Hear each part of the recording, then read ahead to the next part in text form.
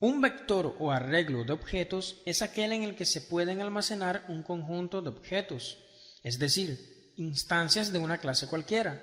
De esta manera el tipo de dato almacenado en el vector no será de tipo convencional, entero, real, carácter, cadena, etc., como en los casos anteriores, sino que esta vez su tipo de dato será del tipo de una clase definida anteriormente o provista por el lenguaje de programación.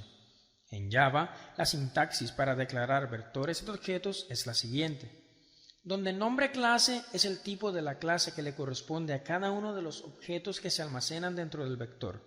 En relación al proceso de creación del vector, es igual a como se explicó para vectores de tipo de datos primitivos. A continuación, se presenta en Java la sintaxis para crear un vector de tipo de dato no primitivo, estudiantes, donde estudiantes indica una clase ya definida.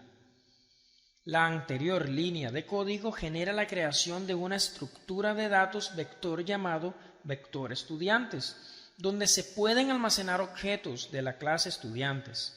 Una vez se reserva el espacio para los objetos en el vector, cada uno de dichos objetos se inicializa en null, de forma automática.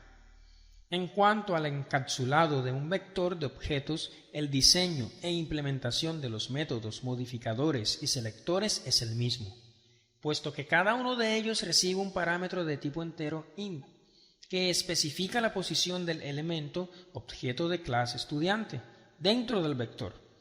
Lo que cambia es el tipo de datos de elemento al cual se hace referencia en el vector, pues ya no se trata de un valor de tipo primitivo, sino de una instancia de clase, por lo cual al método modificador sec se le pasa por parámetro un dato de tipo entero para hacer referencia a la posición y una instancia del tipo de clase estudiantes.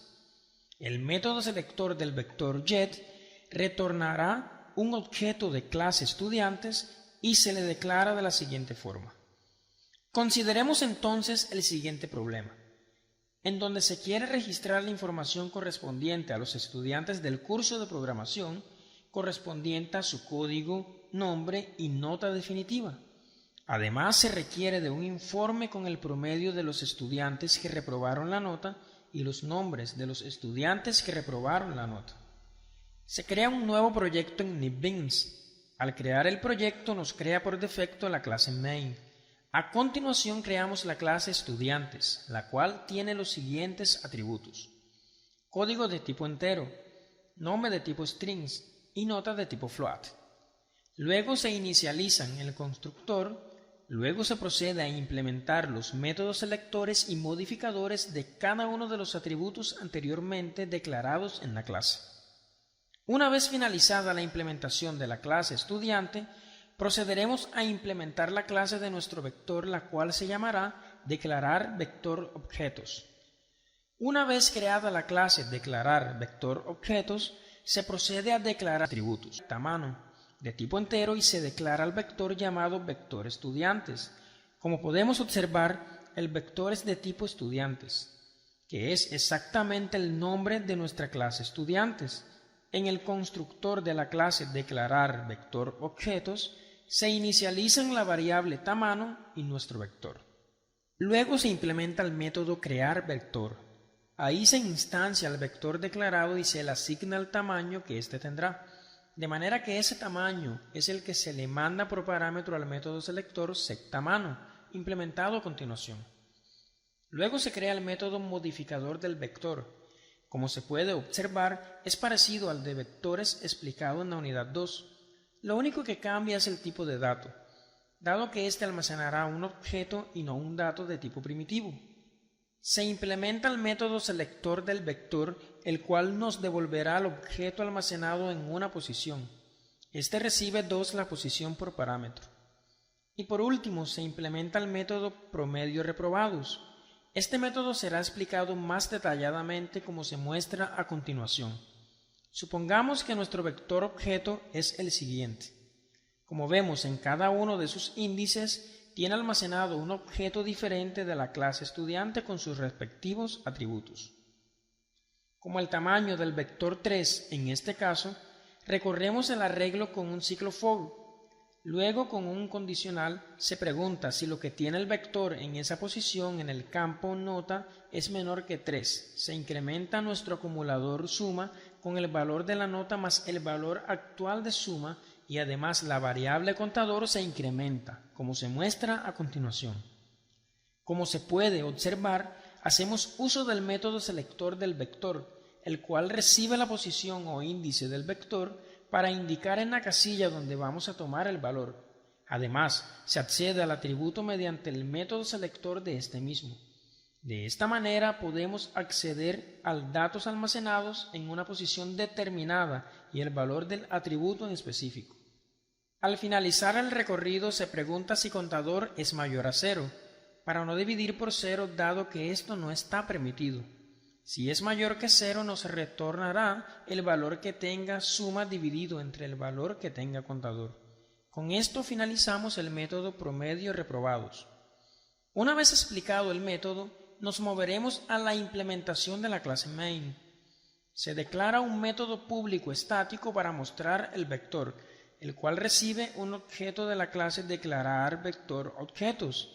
Este método muestra todos los atributos de la clase estudiante almacenado en los índices del vector. Luego tenemos el método menú, el cual nos retorna el número de la opción escogida en este menú. Luego se implementa el método llenar, el cual recibe un objeto de tipo estudiante. Con este objeto podemos acceder a los métodos modificadores de la clase estudiante y de esta manera asignarle los datos a las variables privadas que se declararon en la clase estudiante. Ahora explicaremos el método main. Se crea un objeto de la clase declarar vectores objetos llamado op. Además, se crea una variable ed de tipo estudiantes. Se declara una variable llamada opción de tipo entero.